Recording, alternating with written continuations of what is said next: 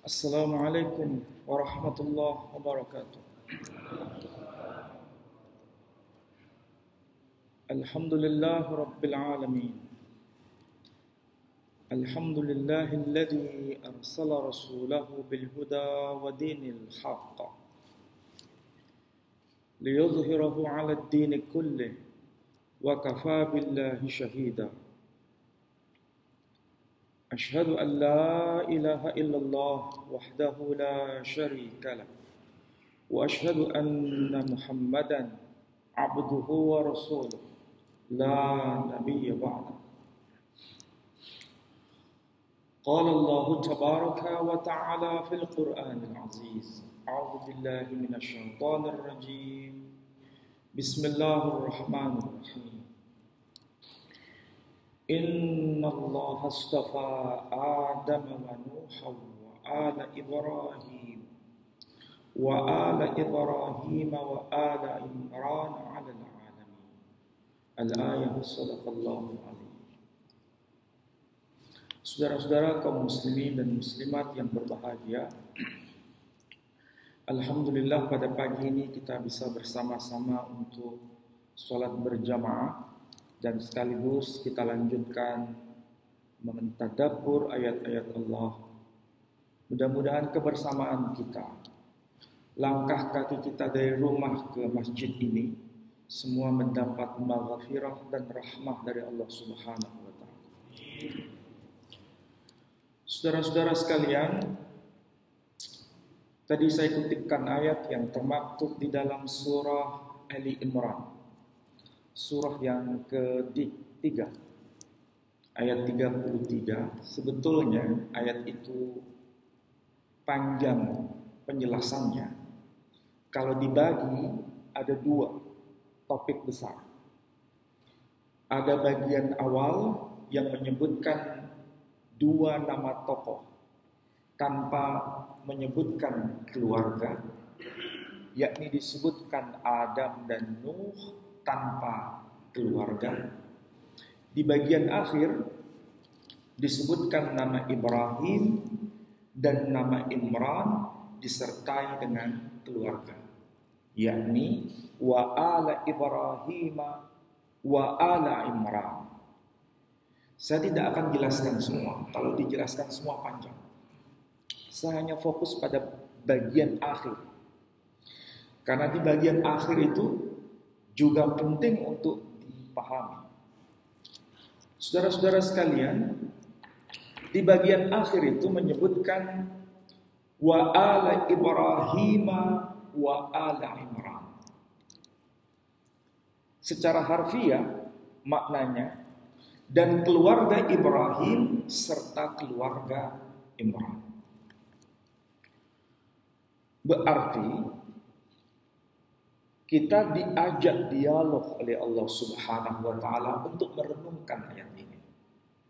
Mengapa tidak hanya cukup menyebutkan nama Ibrahim dan tidak cukup menyebutkan nama Imran, tetapi kenapa harus disertai dengan al? Arti harfiahnya keluarga. Wa ala Ibrahim, dan juga keluarga Ibrahim. Wa ala Imran, dan juga keluarga Imran. Berarti bukan hanya bicara mengenai sang tokoh, tetapi juga bicara mengenai keluarga sang tokoh. Padahal kita tahu di dalam Al-Qur'anul Karim, siapakah itu Ibrahim? Ibrahim bukan hanya sekedar nabi. Ibrahim bukan saja sekedar seorang ulul azmi. Ibrahim juga dikenal di dalam tradisi Islam itu sebagai Abul Anbiya. Bahkan Quran sendiri menyebutnya sebagai kekasihnya Allah, Khalilullah. Tegas di dalam Al-Quran.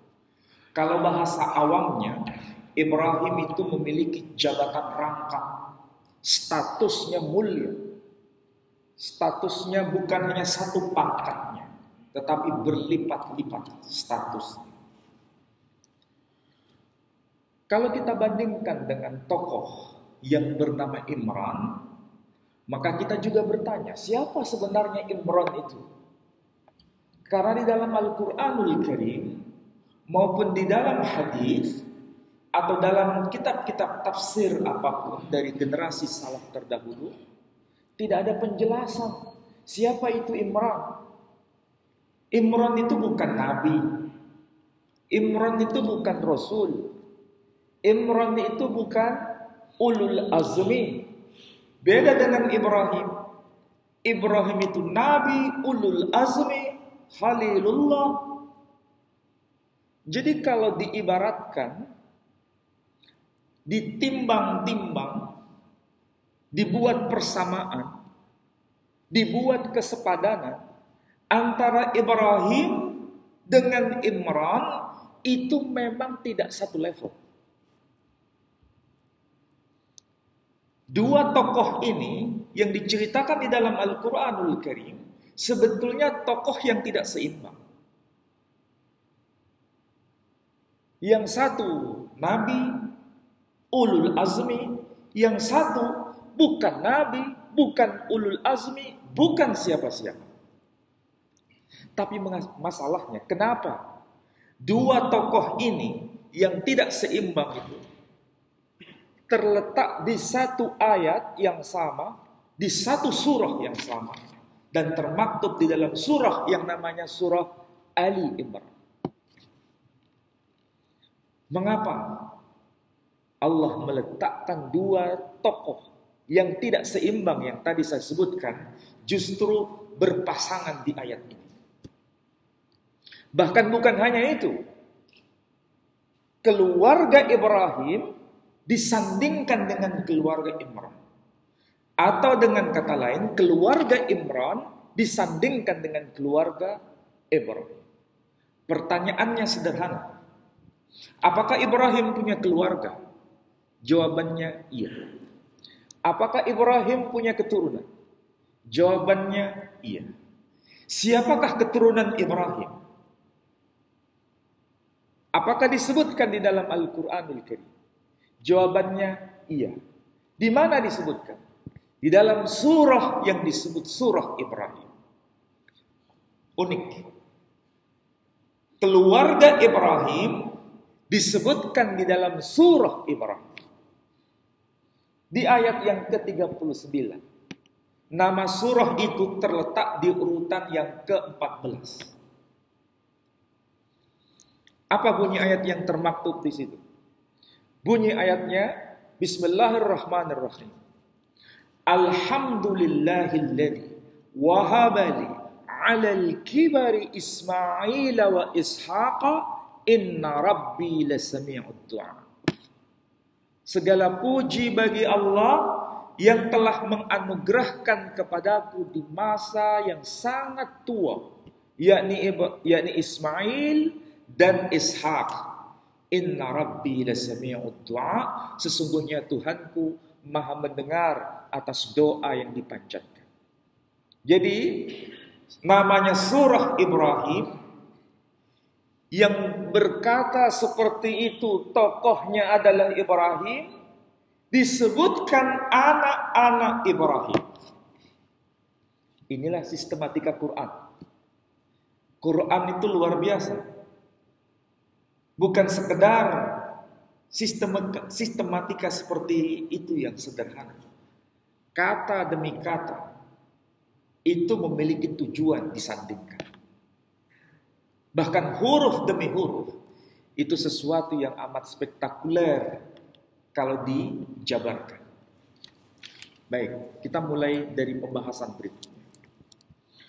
Artinya dua tokoh besar ini yang tidak seimbang, termasuk juga keluarganya, itu menjadi pelajaran hidup kita. Setelah kita tahu keluarga Ibrahim itu siapa, yakni Ismail dan Ishak. Apakah status Ismail dan Ishak itu seorang nabi? Jawabannya iya. Apakah kisah hidup mereka diceritakan di dalam Al-Quranul Karim? Ketaatan mereka, kelahiran mereka diceritakan di dalam Al-Quranul Karim? Jawabannya iya. Statusnya luar biasa, kisah hidup ketaatannya juga luar biasa. Sekarang kita hubungkan dengan keluarga Imran. Siapakah anak dari Imran? Ayat berikutnya nanti akan dijelaskan bahwa anak Imran bernama Maryam, Sayyidah Maryam. Pertanyaannya sekarang, siapakah Maryam itu? Kalau ditanya, Maryam itu siapa? Jawabannya, dia bukan nabi. Apakah dia seorang rasul? Dia juga bukan rasul. Apakah dia seorang ulul azmi? Dia bukan ulul azmi. Artinya, Maryam itu bukan siapa-siapa. Tidak sebanding dengan Ismail dan Ishak dari sisi statusnya. Maryam tidak memiliki status kenabian. Maryam juga tidak memiliki status kerasulan. Maryam bukan siapa-siapa. Sebagaimana abahnya, yakni Imran, juga bukan siapa-siapa. Tapi masalahnya kenapa harus bersandingan dengan Ibrahim dan keluarga Imran bersandingan dengan keluarga Imran? Ini sebetulnya ada pelajaran khusus untuk kita. Biasanya kita ini, kalau diberikan contoh teladan baik, dan Quran memberikan banyak pelajaran. Kalau kita didorong untuk mencontoh teladan baik, dan figurnya itu seorang nabi, biasanya kita itu melakukan apa yang disebut alibi. Apa itu alibi? Alibi itu pembelaan diri supaya kita ada pembenaran. Itu alibi. Dengan bahasa lain begini, bagaimana mungkin kita bisa mencontoh Ibrahim? Ibrahim itu seorang nabi, Ibrahim itu seorang rasul, Ibrahim itu seorang ulul azmi, Ibrahim itu ini, Ibrahim itu. Kita ini siapa? Kita ini bukan siapa-siapa. Dengan cara seperti itu kita bisa beralibi. Tetapi coba perhatikan itu ayat redaksi berikutnya. Bukan disebutkan Ibrahim, tapi disebutkan Imran. Kalau disebutkan Imran, Imran itu bukan siapa-siapa, bukan nabi, bukan rasul, bukan ulul azmi. Kita pun juga bukan siapa-siapa. Tapi kisah kehidupan Imran, keluarga Imran, dinyatakan di dalam Al-Quranul Karim supaya kita tidak ada alibi lagi untuk tidak mencontoh. Kalau Imran bisa seperti itu, kenapa kita tidak bisa seperti itu? Bukankah Imran juga bukan siapa-siapa? Kita pun juga bukan siapa-siapa. Masihkah ada alibi untuk mengatakan kita tidak sederajat dengan Imran? Tidak ada peluang bagi kita untuk lari dari itu. Itulah sebabnya kisah Imran, keluarga Imran benar-benar termaktub di dalam Al-Quran dan menjadi nama surah Ali Imran. Artinya keluarga Imran. Dan apa yang nanti dikatakan oleh keluarga Imran itu sebetulnya mewakili kita. Mewakili kita semua. Dan suara keluarga Imran sebenarnya suara kita. Ini bukan sekedar kisah masa lalu. Ini bukan sekedar peristiwa masa lalu yang kemudian diabadikan dalam Al-Quran selesai. Bukan itu. Tapi ini merupakan semacam proyeksi masa depan. Ini merupakan sebuah kaca benggala untuk melihat siapa kita pada generasi ke depan setelah peristiwa ini terjadi.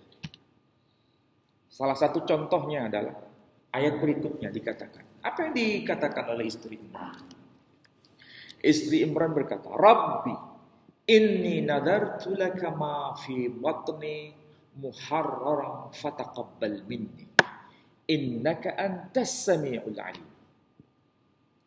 Wahai ya Rabb, wahai ya Tuhan, sesungguhnya aku telah bernadar semata-mata hanya untuk Engkau, ma fi batni, apa yang ada pada buah rahimku. Apa maksudnya ini? Maksudnya sederhana.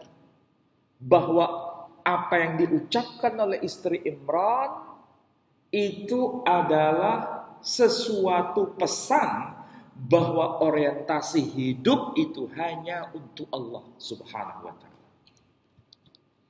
Orientasi hidup itu hanya untuk Allah, bukan untuk yang lain. Sesungguhnya aku bernadar semata-mata hanya untuk engkau, bukan untuk motif lain, bukan untuk tujuan lain, tetapi hanya fokus pada Allah Azza wa Jalla. Dan contoh yang sedang diucapkan oleh istri Imran itu adalah contoh yang paling ekstrim dalam hal kepemilikan dan cinta. Kalau dikatakan ungkapan ma fi batni, apa yang ada dalam buah rahimku, berarti itu bicara mengenai generasi, bicara mengenai keturunan, bicara mengenai anak. Dan itu bicara mengenai nyawa. Dan itu bicara mengenai cintanya istri Imran terhadap anak yang sedang dikandung. Dan itu bicara mengenai kepemilikan dari keluarga Imran yang amat dicintai. Saya mau bicara yang lebih tertata lagi. Saya ambil contoh sederhana. Kita pernah muda. Dan barangkali masih ada anak-anak muda di sini yang sudah bekerja, dan bekerja itu dalam rangka untuk biasanya bisa disebut menumpuk harta, dicari dengan tetesan keringat kita, dan tetesan keringat itu seperti tetesan darah. Harta itu kita kumpulkan, dan itu pasti, sekali lagi, harta itu pasti sangat kita cintai dan itu menjadi milik kita. Rasa kepemilikan itu ada terhadap harta yang kita peroleh dengan keringat seperti tetesan darah.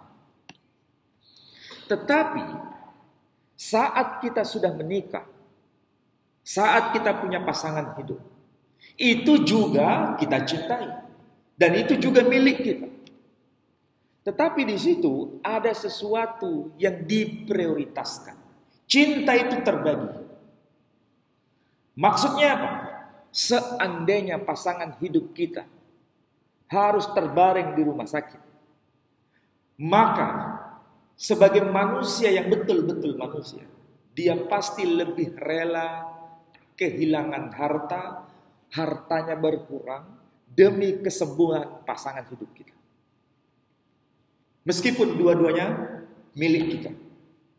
Meskipun keduanya sesuatu yang amat kita cintai. Tidak mungkin kita membela harta kita, mempertahankan harta kita, dan kita tega membiarkan pasangan hidup kita terbaring di rumah sakit tanpa kejelasan. Ini pelajaran hidup. Tahapan berikutnya, bila kita punya keturunan, cinta kita juga terbagi. Antara cinta harta, antara cinta pasangan hidup, dan antara cinta anak kita. Tetapi kalau ditanya, mana yang lebih kita cintai di antara tiga itu? Pasti jawabannya anak yang lebih kita cintai. Dan itu milik kita, dan itu sangat kita cintai. Jadi rasa kemanusiaan kita itu dipanggil.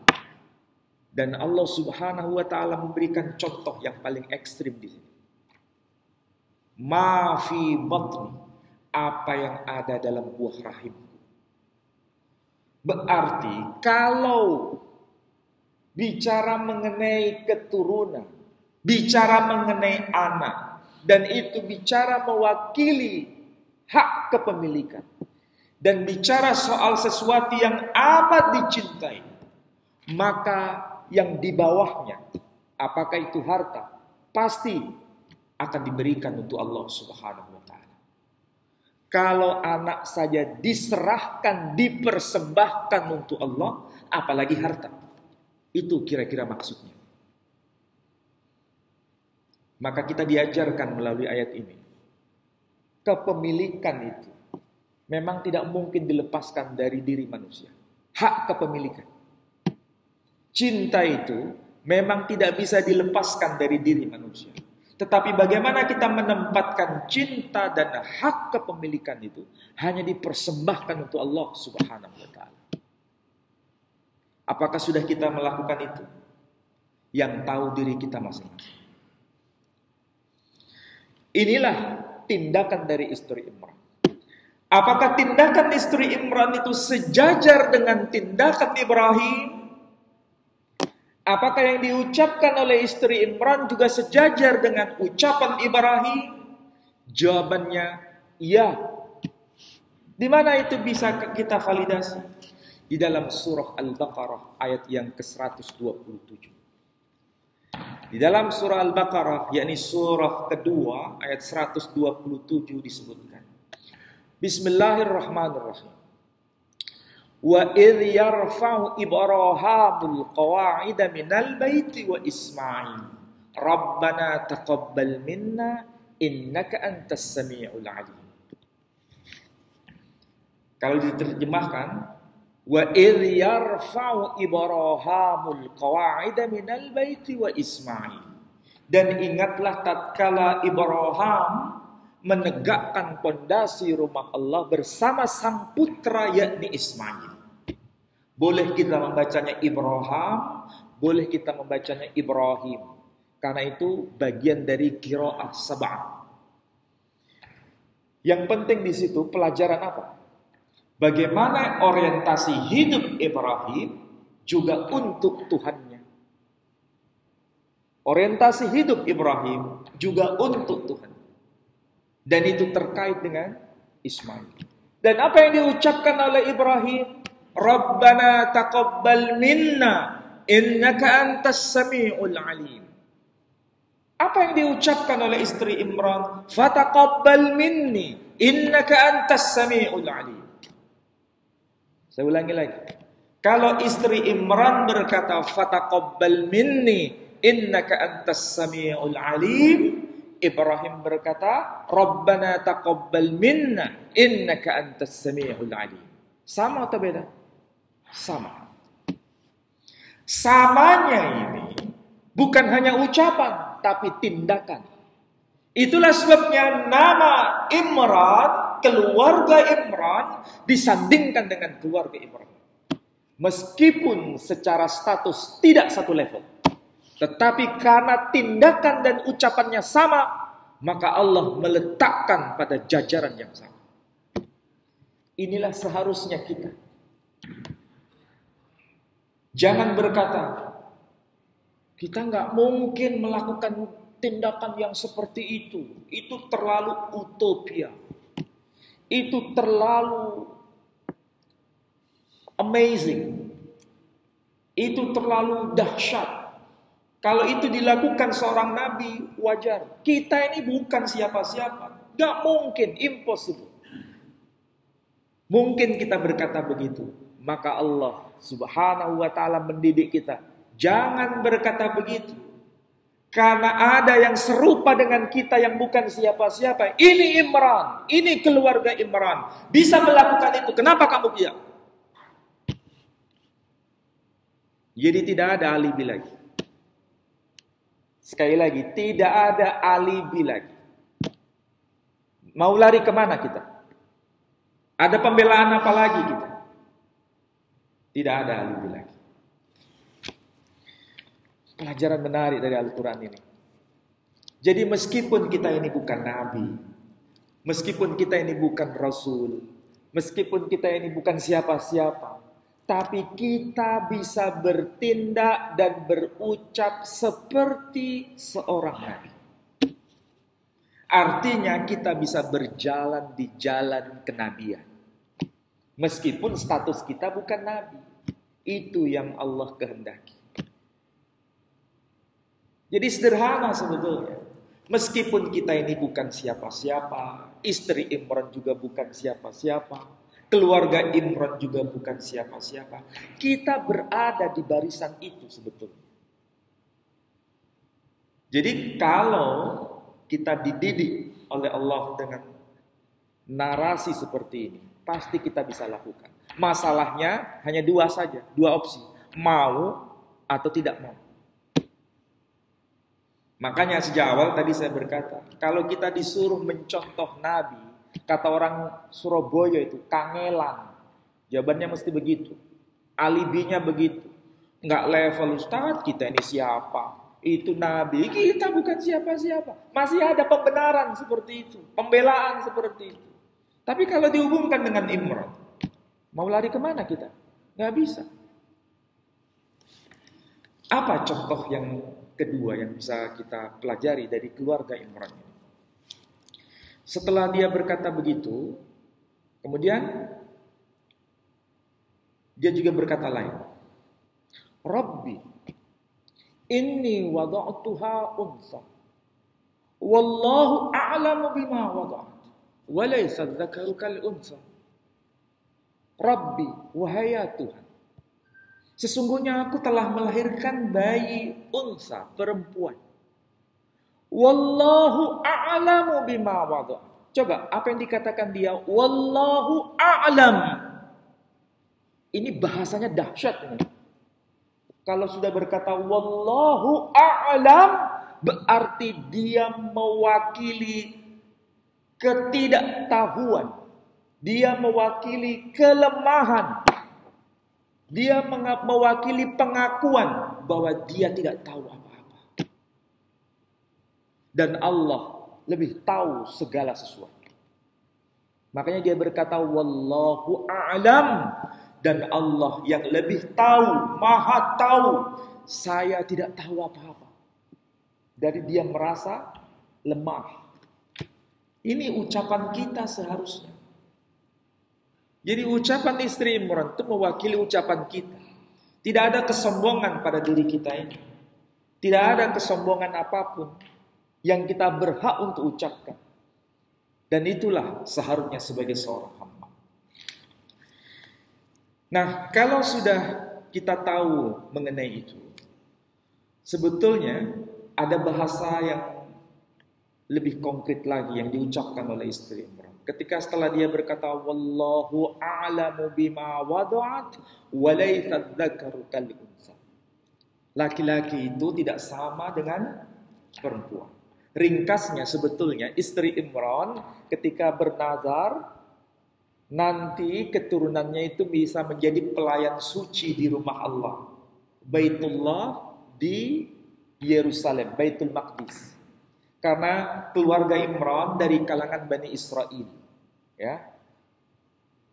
Cucunya Imran nanti itu bernama Nabi Isa alaihissalam yang membawa syariat Injil. Berarti sebelum Nabi Isa dilahirkan yang berlaku adalah syariat hukum Taurat. Dan itu dibawa oleh Nabi Musa.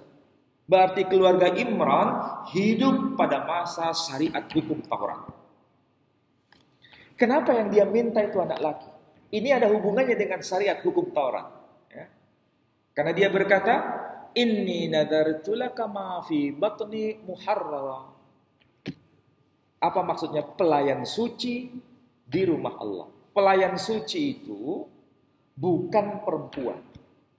Pelayan suci di rumah Allah di Yerusalem itu harus laki-laki.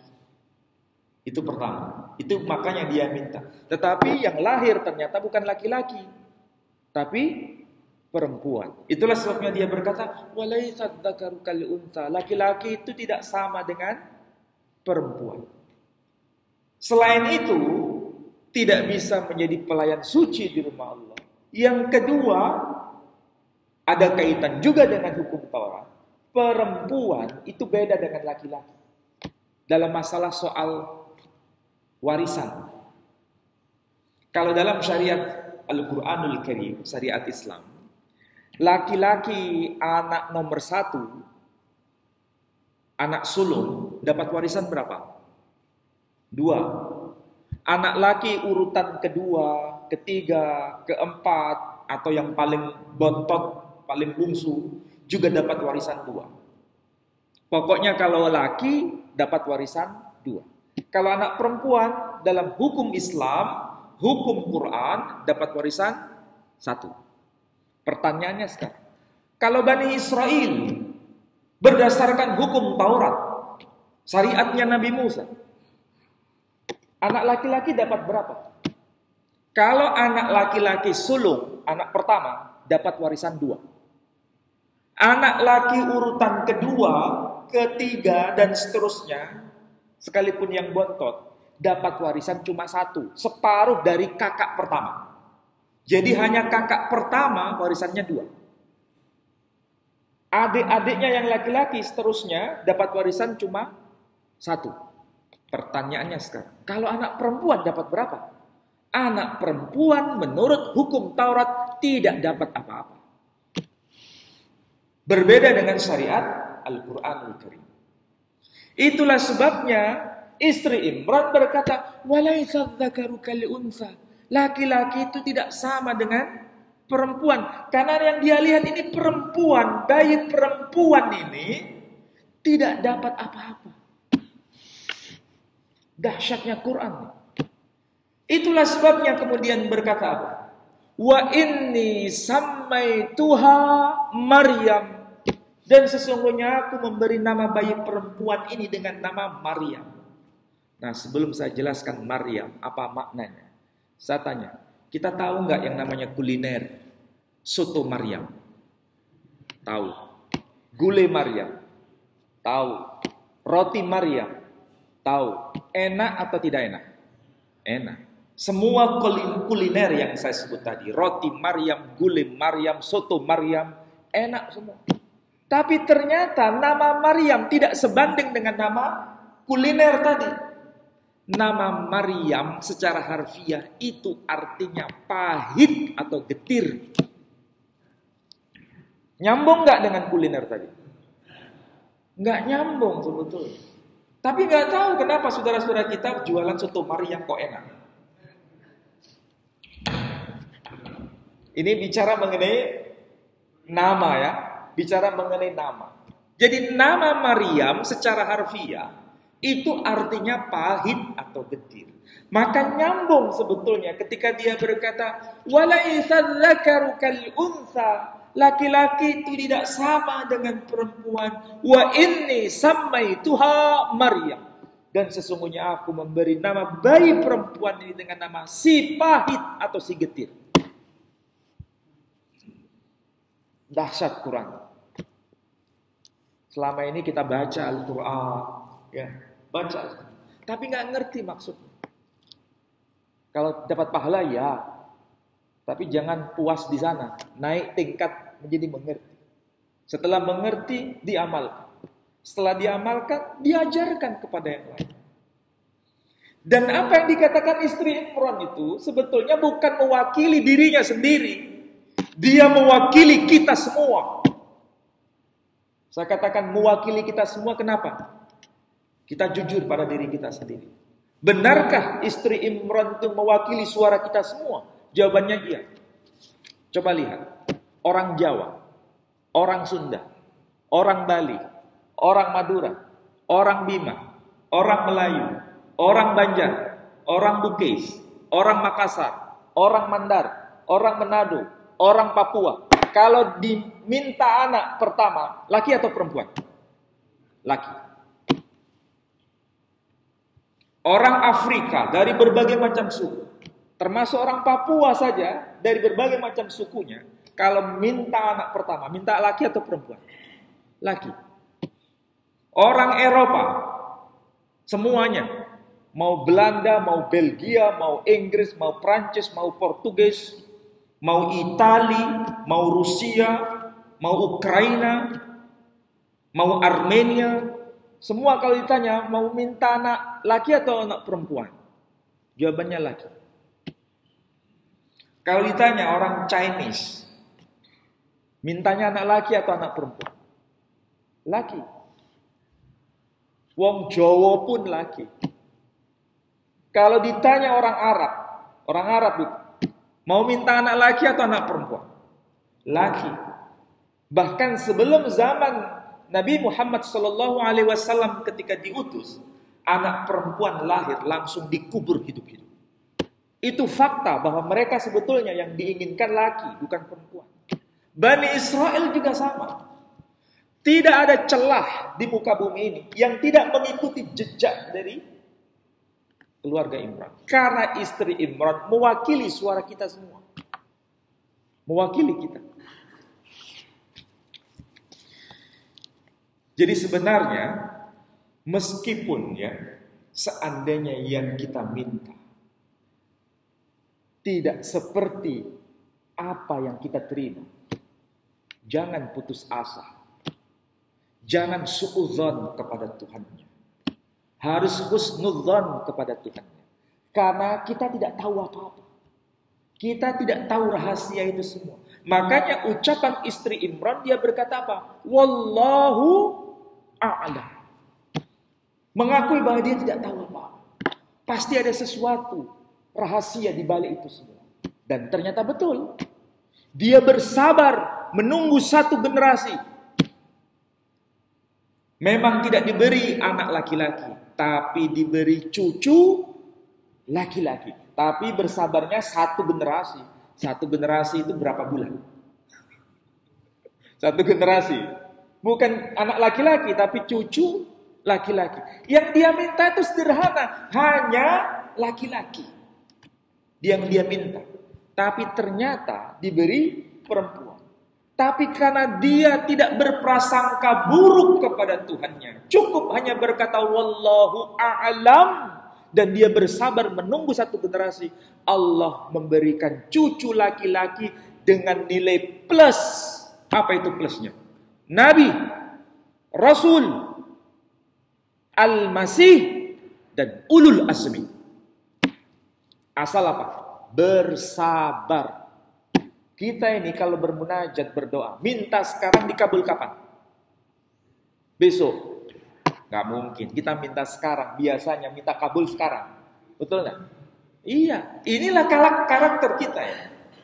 Kita minta sekarang, dikabul sekarang. Karena kita ini tujuannya memaksa kehendak Allah sesuai dengan kehendak kita. Padahal yang seharusnya memaksa kehendak kita sesuai dengan kehendak Allah Subhanahu wa ta'ala. Jangan dibalik. Memaksa kehendak kita sesuai dengan kehendak Allah. Berarti yang lebih tahu Allah Subhanahu wa ta'ala. Bukan Allah mengingkari janji. Di sini apakah Allah mengingkari janji? Diminta laki, dikasih perempuan. Apakah Allah ingkar janji? Enggak. Allah tidak ingkar janji. Asal motifnya benar. Orientasi hidup hanya untuk Allah Subhanahu wa ta'ala. Karena bersabar nunggu satu generasi, Allah kabulkan. Bahkan diberikan nilai plus. Maka pelajaran untuk kita semua. Jangan pernah berprasangka buruk kepada Allah Subhanahu wa ta'ala. Jangan pernah ada berprasangka buruk. Itu penting. Dan yang kedua, bersabar. Pasti ada sesuatu yang lebih baik. Dan Allah lebih tahu siapa kita ini. Kita saja punya anak. Kapan anak itu kita beri dan kapan anak itu kita tunda permintaannya. Kita orang tua lebih tahu. Orang tua lebih tahu. Bagi sang anak, sepertinya kita ini jahat. Minta nggak dikasih saat itu. Bukan berarti kita jahat, enggak. Kita menunda. Menunda demi dia. Allah Subhanahu wa ta'ala itu yang menciptakan kita. Ibaratnya dalam tanda kutip, jangan dipahami negatif ya. Allah sendiri yang melahirkan kita ini menjadi ada. Allah sendiri yang membuat kita menjadi ada. Dia lebih tahu siapa kita secara pribadi. Ini karakternya seperti apa. Allah itu lebih tahu karakter kita masing-masing. Jangankan kita. Semut hitam di atas batu hitam di waktu malam Allah pun tahu. Apalagi kita secara pribadi. Karakter kita ini nesuan Allah tahu. Iya. Karakter kita ngomelan Allah pun tahu. Jadi jangan meragukan Allah Subhanahu wa ta'ala. Dia tahu. Bukan berarti Allah tidak suka sama kita. Allah sangat menyayangi kita. Masalahnya kapan waktu yang tepat untuk dikabulkan munajat kita. Nah, itulah sebabnya kita memperbaiki diri. Dengan cara memperbaiki diri, insya Allah kita menjadi hamba yang semakin bersyukur dan mendekat kepada Allah Subhanahu wa Ta'ala. Baik, mudah-mudahan apa yang saya sampaikan itu bermanfaat untuk saudara-saudara. Dan kalau ada yang mau tanya, silakan. Nah, sambil saya minum ya, nggak apa-apa tanya.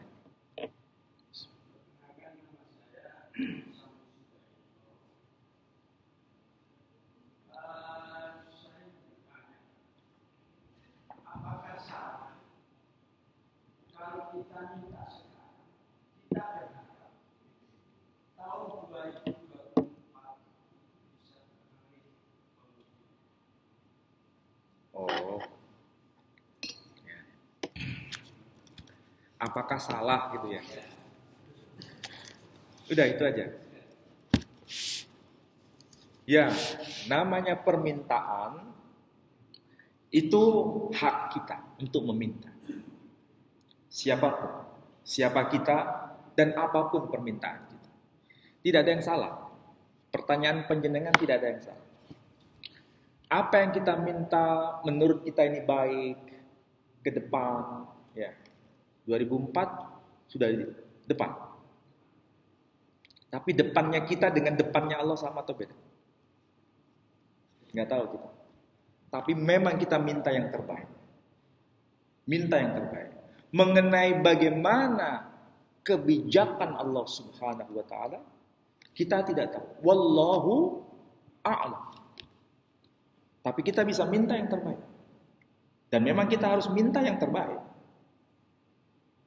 Tapi, sekali lagi catatan, Allahu a'lam. Kita punya kelemahan. Bukan berarti kita pesimis, enggak. Apakah istri Imran pesimis? Enggak. Tidak ada yang pesimis. Istri Imran juga tidak kecewa. Seandainya dikabulkan permohonan kita, berarti memang sudah waktunya. Tapi seandainya tidak seperti yang kita harapkan, berarti memang Allah punya kebijakan lain. Kira kita tahu maksud saya? Sebagaimana istri Imran. Kebetulan, apa yang terjadi atas istri Imran itu ditundanya satu generasi.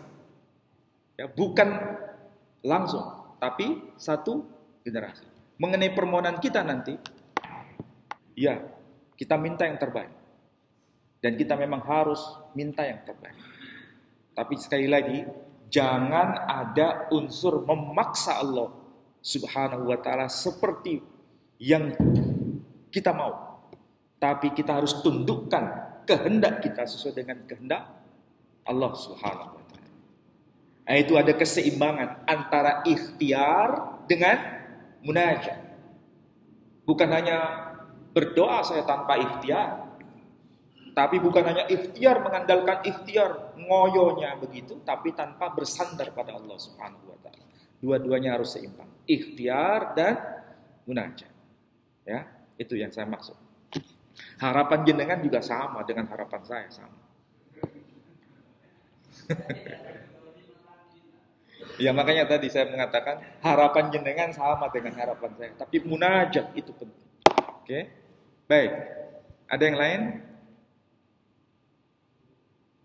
Nggak ada. Mudah-mudahan sudah paham maksudnya.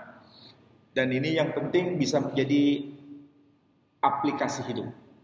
Bukan sekedar mendengar, selesai, ya selesai bubar pengajian, selesai. Tapi yang penting adalah bisa diaplikasikan. Saya kira demikian. Saya tutup dengan doa penutup majelis. Subhanakallahumma wa bihamdika asyhadu an la ilaha illa anta astaghfiruka. Assalamualaikum warahmatullahi wabarakatuh.